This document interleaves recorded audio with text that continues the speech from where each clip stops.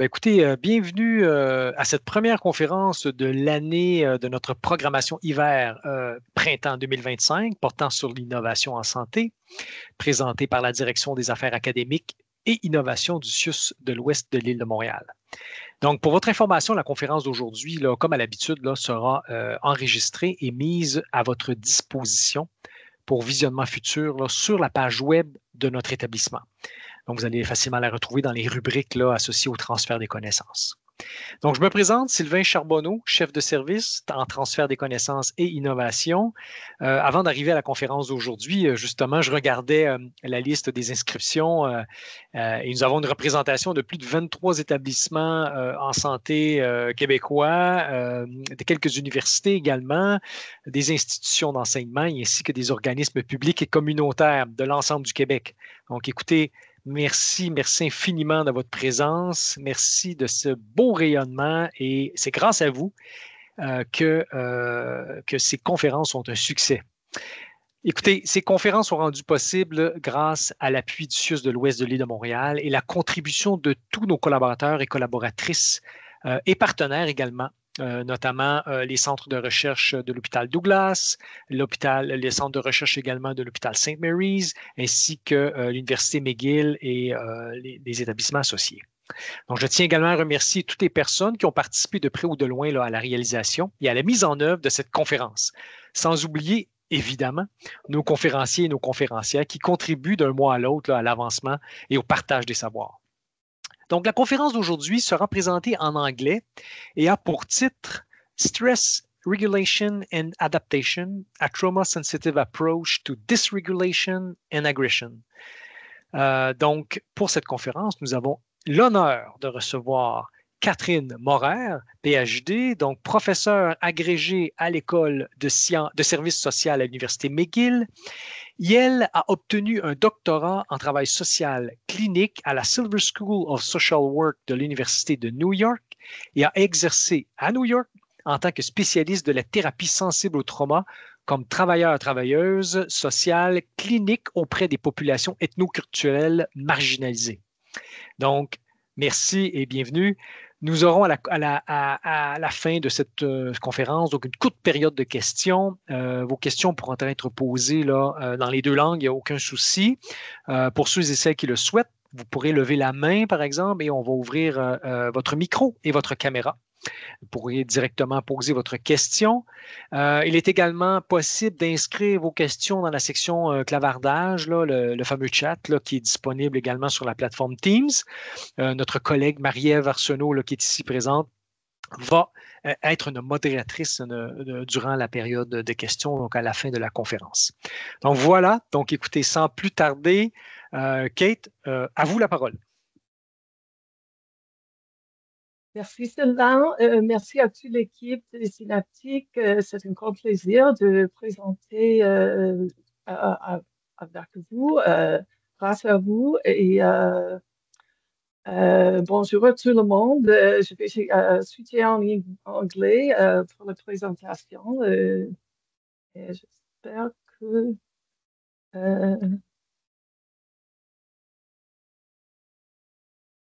pas sûr si... Yeah, okay, it's okay.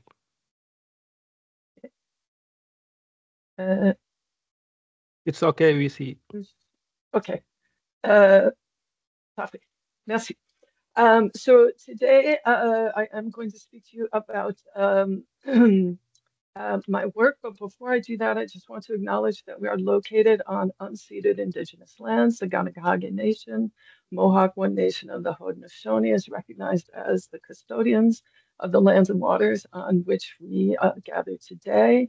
And we respect the continued connections with the past, present, and future in our ongoing relationships with Indigenous and other peoples within the Tiohtià:ke community.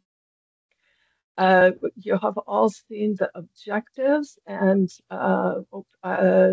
the agenda. So I'm going to present kind of a conceptual framework about how we think about our work and how you might think about encountering people who are experiencing dysregulation in your setting. And I will present some examples from our research about the experiences of people who in states of dysregulation, and then we'll talk about some interventions. So the objectives were listed on the fiche, but I just want to say that what I hope today to do is invoke maybe some curiosity and maybe some change about thinking about what it is that is happening when someone becomes dysregulated. There are, it's a very stressful time in the world, and people are coming in to seek services always in a state of some level of crisis and some level of stress. And we are all working in systems that are also under a lot of stress. So hopefully what I share today will be helpful for thinking about how it is that we can help each other regulate through these stressful times. And to think maybe a little bit differently about what the experience of someone who is in a state of dysregulation is having. So I made some images and I hope that these are useful. I want to talk about what it is that we generally assume is happening when we're talking to another person. So normally we assume that we are speaking in the present, that our interaction with someone is happening in the present, and that the intention of the way that we communicate is going to be received in the manner that we intended, so that the intention and the effect are the same, and that we're having a dialogue between each other, be it verbal, nonverbal, in the communication, and that the meaning making that two people are having is similar.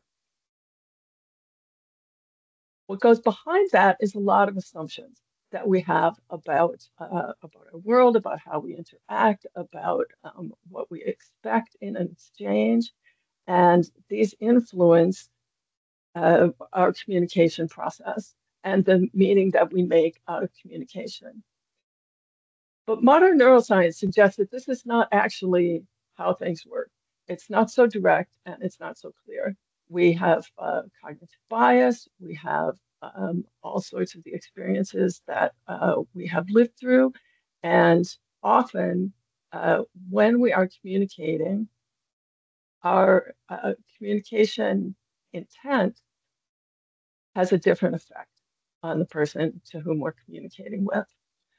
So when we think also about people being in a state of stress, they may already be a little bit out of the present, and the effect that our communication has on them might give rise to a response, the intent of which might not be very straightforward and clear, and it might also have an unintended effect on us. So this kind of thinking about the way that miscommunications happen and conflict, and I'm going to talk about the role of dysregulation in this process, comes from a lot of the work done on conflict mediation. And in conflict mediation, we think about this, the source of conflict being this gap between the intent and the effect. So each person has a backstory to how they're communicating. And we have the action, which is the communication or the behavior that happens that is outside of us. A kind of different way to think about this is that we are often reacting to something without knowing the intent. So we assume that the intent is the same as the way something affects. And what frequently is happening is, I mean, in the best of circumstances, that's how we're communicating with someone. When we're talking about situations of stress, however, often the intent and the effect can be quite different.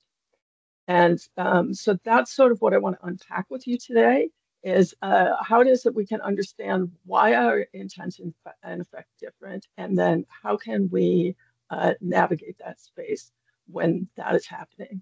And I'm going to use the trauma-informed lens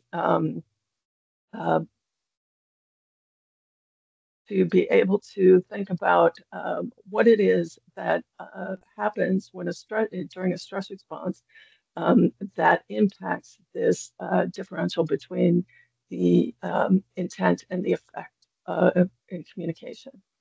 And this is maybe a little bit different way that people present dysregulation, but I hope that it will be useful to you. So when we think about what happens in our response, in anybody's response to stimulation, I use this model quite frequently to explain the constant state of interaction with stimuli that we're in. So we're all responding. You're all hearing my voice. I'm responding to the timer, the images that I'm looking at. We're all interacting with all sorts of stimuli. And the way that we process those stimuli in the brain, first of all, is influenced by two things. One, which I'm not going to talk about today because it's too much detail for this talk, but biological sensitivity to environment. So we all have kind of innate levels of sensitivity. Some of us are more sensitive to stimuli than others. And then we have our life experiences, which influence how it is that our brain is structured and then how it is that our stress response system develops. And probably all of you have been introduced to the triune structure of the brain. So we often use this little hand model to say that the brainstem is the more ancient sort of reptilian brain, which is really responsible for our initial threat perceptions and responses, and also our kind of autonomic systems like breathing and digestion. And then we have what can be called the paleomammalian brain, or sometimes known as limbic system. And this is where our emotions, memories are made, and sort of the second level of reaction to or processing of stimuli. And then we have over that the neocortex, and the brain is really structured in layers. So the neocortex is where we are able to have higher level thinking, planning, social interaction, and to be able to navigate and moderate our behavioral responses. So in this framework, you see a representation of this, and I will want to point out that I have identified a couple of intervention points that I'm going to talk about throughout the talk. One intervention point is always the stimuli that's coming in. Changing that will change the reaction. The second intervention point is at the point of affect and emotion. And then the third intervention point is the cognitive processing. And this becomes very important in when we're looking at it through a trauma-informed lens, because it is in states of high stress, the capacity to navigate and manage the affective response, the emotions and moods, is inhibited. There's a lot of technical points to that, but what's probably easiest to understand is that there's limited blood flow to the higher executive functions, and we become not entirely in control of our responses. And this gets more complicated when we think about two people interacting. And so there's this external stimuli, and if you think back to the little image that I showed you in the first couple of slides, this is the interaction between two people, and this is this intent effect when we're communicating both verbally and non-verbally, and each person is processing through their own feedback loop, which is how it is that we can get intent and effect that are very far apart. So affect regulation is a process that we're all engaged in at all times. It's a coordination of our attention, our thoughts, our internal emotional states, and what's happening in our body, our physiological responses. And we are always trying to move back to a baseline, or what we call homeostasis. So the system is in constant movement and constant interaction, which is really important to understand because it makes it sensitive to disruption, but it also makes it sensitive to repair. And that's one of the things that I want to focus on is the capacity to be able to repair and how it is that we can help people to actually stay regulated or move more towards the center of regulation under situations that are high stress. And it applies to us too when we're working with people that we also need to self-regulate because the system is responding simultaneously. So affect regulation is really the central mechanism of the stress response system and how it is that we adapt to stress and adversity, both in the moment and over time. And I'll talk in a couple of minutes about the impact of over time. Probably heard of the window of tolerance. So the idea here, the window of tolerance is that space of homeostasis, the capacity to experience stress or adversity and stay calm enough so that neocortex is still engaged and still able to regulate behavior. When we go outside of that, we can go into hyperarousal, so a threat response, and we think about the classic fight, flight, freeze. This is the fight. So it's moving towards, sort of offensively towards the stimulation to protect itself from what is perceived as threat. If we, on the other side, we have hypoarousal, which is the flight, moving away, and dissociation, and this is the shutdown. So the way to protect oneself from a perceived threat is to shut down and get away from the stimuli rather than moving towards it. So going back to my little image of an interaction. So we have present self A, we have present self B, we have their communication, which maybe isn't hitting directly on intent and effect, but pretty close. And then we have each person's past experiences. And one of the things that is maybe not commonly talked about, but is really influential when we're thinking from a trauma-informed lens is thinking about how past experiences actually influence how the brain is structured and how we respond to the present. So if we've had a pretty well-resourced and supported past, we anticipate that we will get the support and resources that we need in the present. If we have not, if we've experienced a lot of stress and lack of resources and adversity, we are more likely to anticipate that our needs are not going to be met. And we're more likely to view not having those needs met related to threat, and it will evoke a stress response. So this is what we commonly think of as triggers. So when we get triggered, we're in the historical experience. So we move out of the present tense and the present interaction. And what we can see is that the intent of communication actually goes someplace else, and it has a very different effect than what the person communicating with us might have intended, because we're processing it through the filters of the past experiences and anticipating potential harm or threat that is not what's happening in the room. And this is often what's really confusing when we encounter somebody who reacts in a way that is unexpected, that seems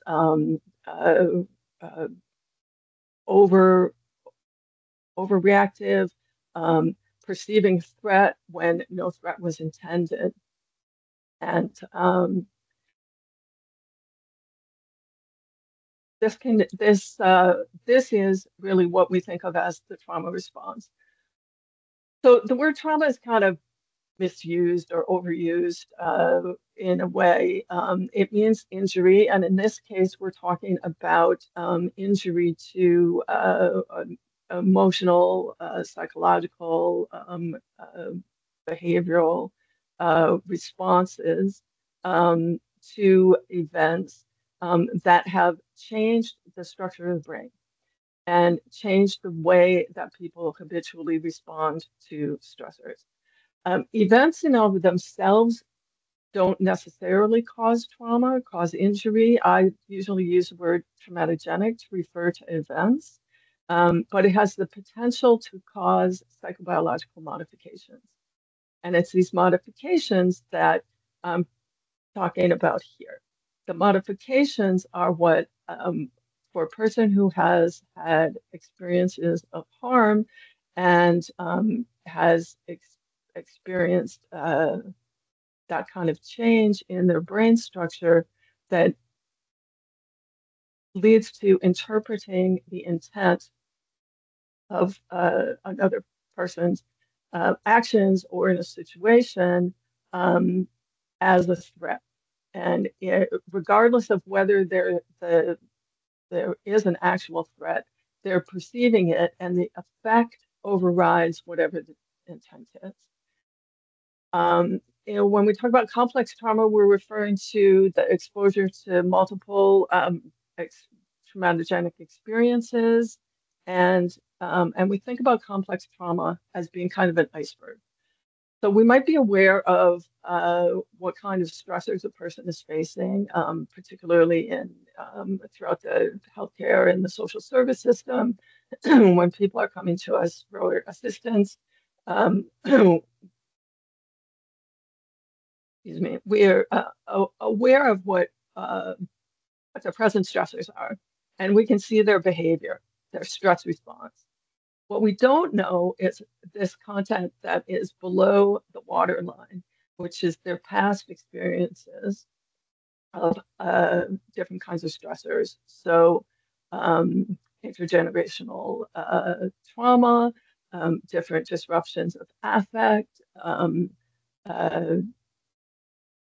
sensory issues, cognitive issues, and particularly the patterns that they have developed to respond to stress.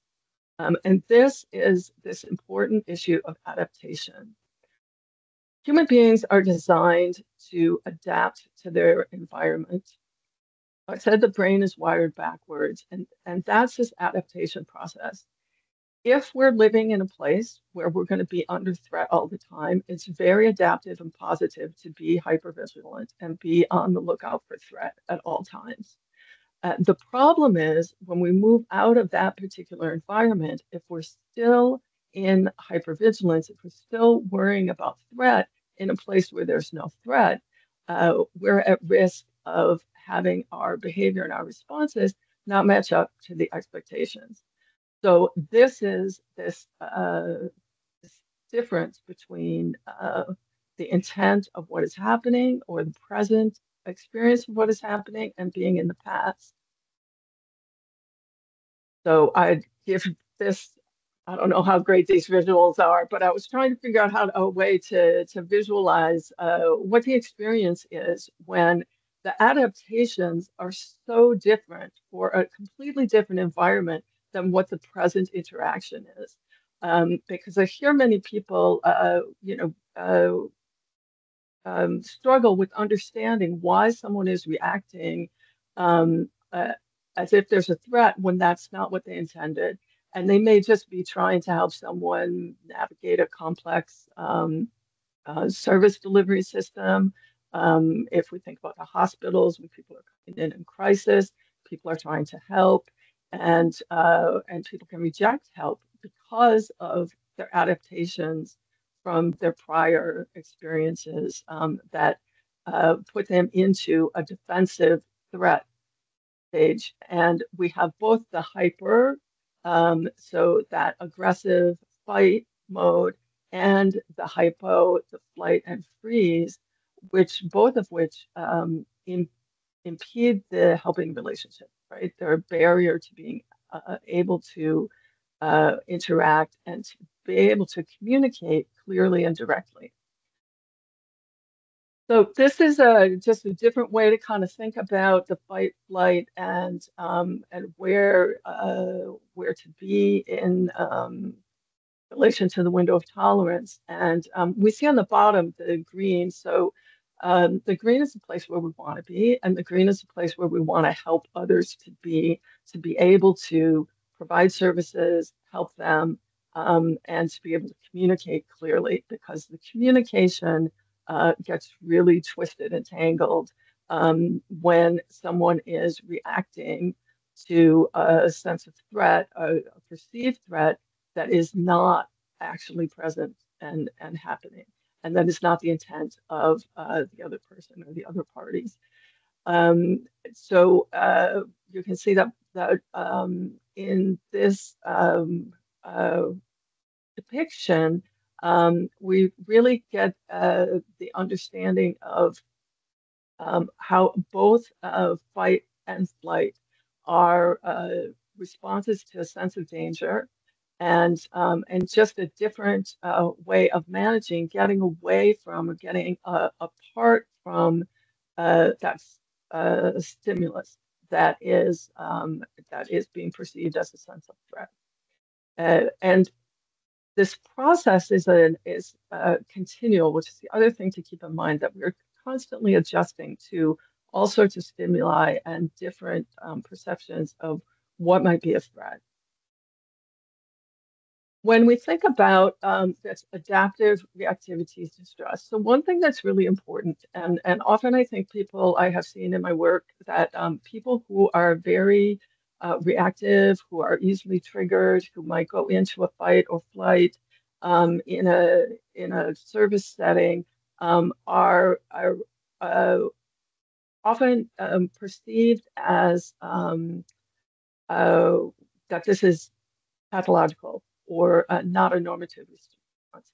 But in fact, the capacity to adapt to environment is it's the capacity that has been the success of humans, that our brain is so plastic that we can change our responses, and that we are able to interact with our environment and adapt to different situations is a really important survival skill. However, what we see in people who experience a lot of harm, a lot of adversity, high stress, is that the adaptation to the environment that they have really built up in their brains. So we're kind of talking here about neuronal pathways, thinking about neurons that fire together. We get very entrenched brain pathways that are reacting to a threat and stress that is in the past, and people lose their flexibility to be able to adapt to the new environment. So one example that I often say to people is, like, when you think about when you start a new job, when you first go in, you don't know what's going on. It takes a while to learn, how a particular system is working. But you learn those new systems, and you change maybe the way that you did your work previously. For someone who has had a lot of adversity, they're not capable of making those flexible adaptations. So when they come into new environments, and often when we're talking about service provision, it's maybe a new crisis or a new system, people are not particularly adaptive, and it makes a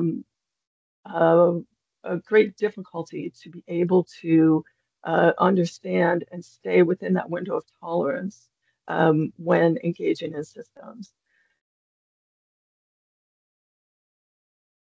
So I thought it might be helpful just to share some of our research and how it is that we have been exploring these experiences with people who have experienced a lot of adversity in their lives, to understand what they're experiencing during dysregulation, to be able to better intervene.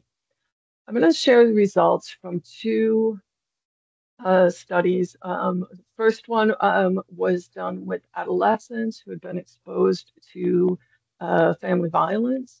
And we talked to 16 different kids who had experienced physical and psychological violence, and most who were also experiencing homelessness. So a lot of stress. And we also do research with people who cause harm in their intimate relationships. And so, again, using this complex trauma lens, we did a study that had a number of components to it, but I'm going to present some of the data from the qualitative study with 20 men. So in the first group, we had 16, as I said, they were aged 15 to 25. They were mostly split by gender. So we had one gender non-binary, 7 female, 8 males. All had experienced some form of family violence, and most had experienced multiple, and some had been involved in youth protection. In our IPV complex trauma study, again, we had 20 men who were most under the age of 35, and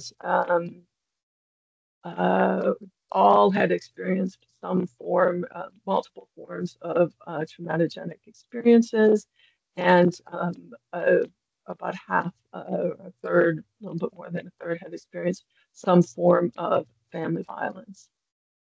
So what we did in the study was we wanted to understand how people experience dysregulation. So we asked some pretty simple questions.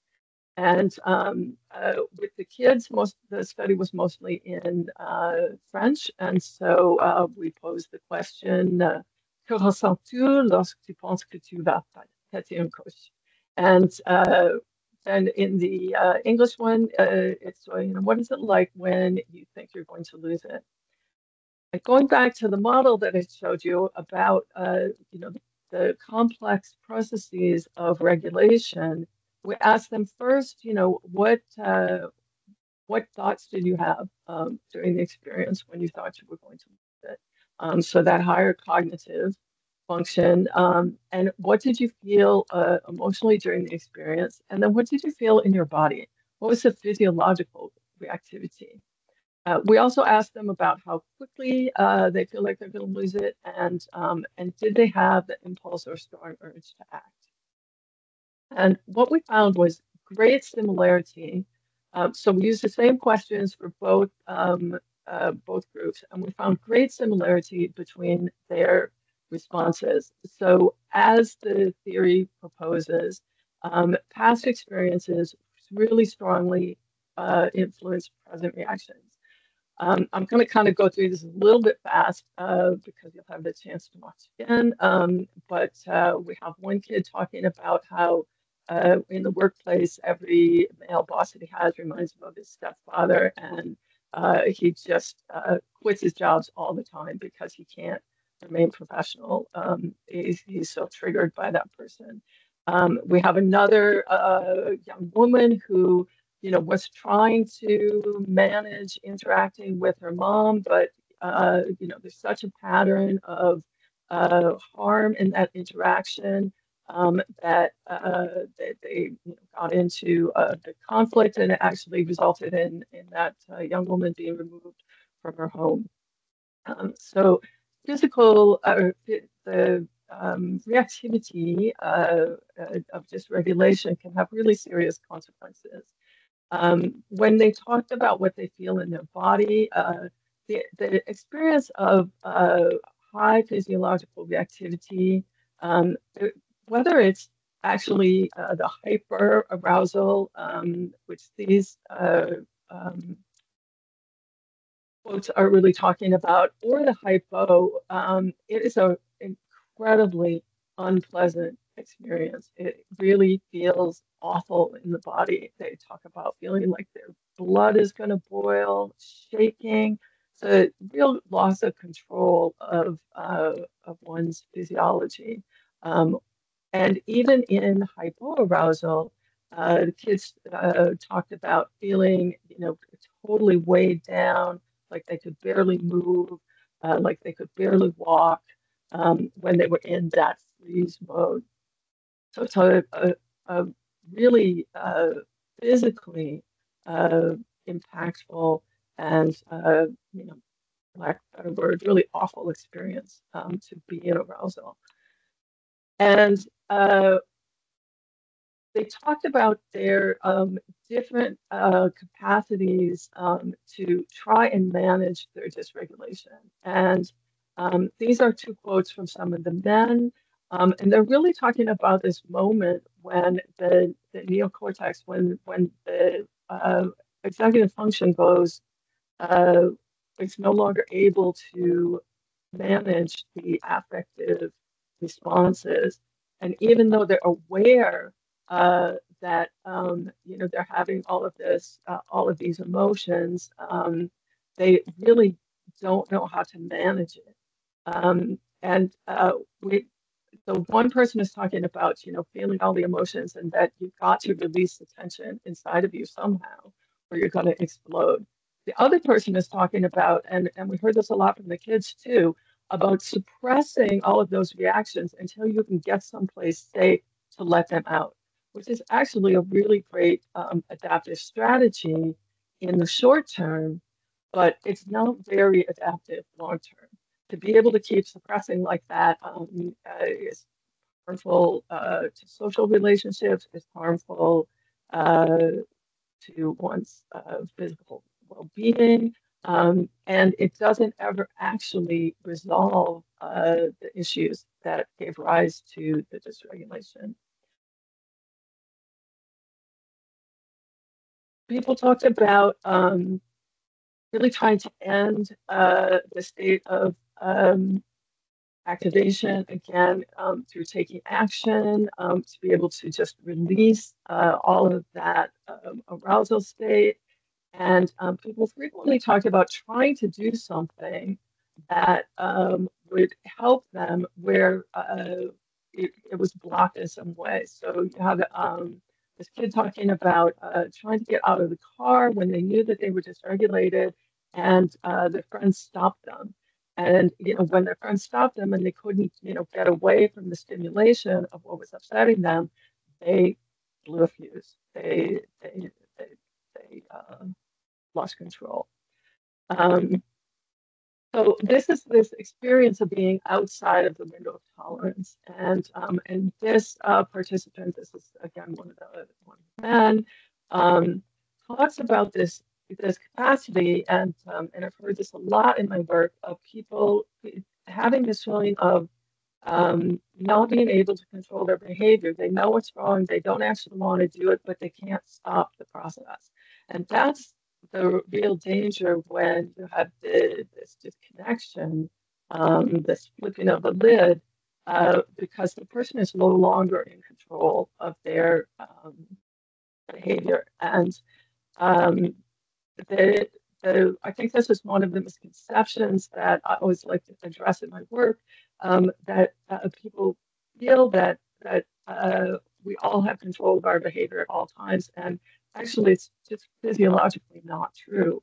And it's just one of the reasons that I present this work through the trauma lens, to really understand how it is that can happen, that you can not be in control of your behavior. This one at the bottom talks about, I didn't respect my limits, I didn't verbalize them, I didn't listen to myself, and I wait until it's too late, outside of the window of tolerance, and can't do anything. I think I spoke about suppression, being a strategy that people use to try to manage the dysregulation. This quote is from the youth study, and this is kind of, to me, what's so important about learning about what the experience of dysregulation is for people, and then how it is that we can help them to regulate. This kid said, look, what really frustrates me is I don't blow my top 100 times, but they only focus on the one time. And so, you know, in service systems, we're generally not paying attention to people's capacity to regulate. We often don't know about it, but the system is really focused on that time that somebody does act aggressively. And this is, you know, with nothing else today, I hope to inspire a sense of curiosity in you about how it is that people are managing, if in fact they do demonstrate that they have that they are experiencing dysregulation. And I see I'm getting very close to the end of time. So what I want to just say quickly is these are some quotes for the adolescents. We didn't have an intervention study, but for the men, they're really capable of changing, and they have come to understand their own process through taking this trauma-informed lens to what it is that happens when they're dysregulated, and really being able to learn how to pay attention to the beginning stages of arousal and even before that, the circumstances that put someone in a position where they might get dysregulated to be able to prevent it. Because really, it's the prevention that is our best intervention. So what can we do when we encounter people who are struggling with dysregulation? People who present, and I know for some of you, you do work in this way. You may do psychosocial interventions, but many others of you are, you know, frontline intervenants who are providing other services. And I wanted to just talk about some quick things that you can do to help people to regulate. The first thing is to be attentive to yourself and focus on your own regulation. And all of these techniques are things that actually you can do within yourself. So right now, I notice I'm speaking very quickly because I'm trying to rush to the end of this. I could slow my speaking down, and speaking more slowly will help bring a little bit of a lower pace into the interaction. Um, Using inviting language, doing different breathing. And sometimes people, you know, you can't introduce breathing exercises to them. It's too, you know, woo-hooey. Uh, but you can sigh. And we often mirror each other's behaviors. And when people are exasperated and frustrated, they sigh. And that sigh process can help start the process of regulating. One of the challenges, if someone goes outside of the window of tolerance, which is why, you know, we hopefully will engage in some of these before someone gets out of that, is that it's a largely chemical reaction. And so, just like when you take, you know, a pill and even just a headache tablet, it has a certain amount of time that it's going to be effective. And so once those chemicals have been released in somebody, it takes a few minutes for them, depending on how far out they've gone, to come back to baseline. So doing things like trying to have them sit in the chair, focus on the chair, put their feet on the ground. It's a thing called butterfly taps that I like a lot. That comes from EMDR. You can just do that. It's a bilateral stimulation that helps bring down dysregulation, movement, demonstrating your own open chest. And I have put in the references a few resources that you can hopefully use. But probably the biggest one is to just say to someone, "Can we take a pause? And we just breathe for a moment and try to join them where they are. For those of you who can do further engagement with people, I leave you the questions that we do. These are simple questions that people rarely ever get asked by anybody about what is happening with them. just being curious and listening to their experience can really help open up, get someone back into the window of tolerance, and then open up the communication about how they're managing the particular stressful experience that they're in. So some takeaways. Again, affect regulation is a central mechanism that determines behavioral reactivity, and it has the capacity to override cognition. So when someone's not listening to you, when they're not responding, it's because their cognition is not in control of their behavior. And in those moments, going at somebody cognitively is going to be really unsuccessful, and it might, in fact, make things worse. So that stepping back, trying to help someone regulate and get them into the present is the optimal strategy in the moment. And then learning what kind of strategies they've been using before the dysregulation happened, because dysregulation is the last thing. It's after their other strategies have failed.